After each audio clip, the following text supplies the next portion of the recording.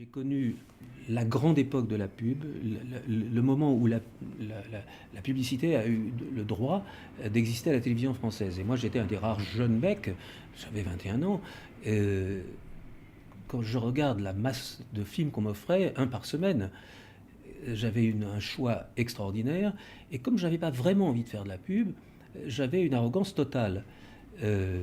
J'envoyais balader tout le monde, je ne faisais que ce que je voulais, à la manière qui me semblait bonne. Je me suis retrouvé, toujours évidemment, en bisbille avec l'agence, mais les agences m'appelaient pour le film que m'avait refusé l'agence précédente. Et ça a duré comme ça pendant 6 ou 7 ans, j'ai fait 500 pubs, et je dois dire dans une liberté assez remarquable. Le dernier que j'ai fait il y a 2 ans, qui était pour une grande marque de parfum et de haute couture, c'est la même chose, j'ai eu cette extraordinaire liberté de travail. C'est un film à diffusion mondiale qui a été extrêmement vu, où j'ai eu les moyens considérables.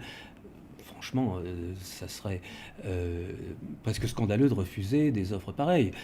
Je pense qu'il y a de grands mérites à la pub. Il y a évidemment de grands défauts, de grandes limitations, comme dans tous les métiers.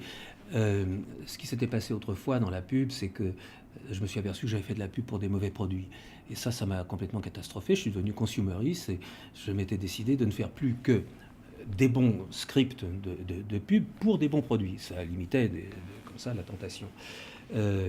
Là, dans les quelques films publicitaires que j'ai faits dans les dernières années, ce sont pour des produits prestigieux, de qualité, que j'estime, dont je suis client, que j'ai pu vérifier sur moi-même.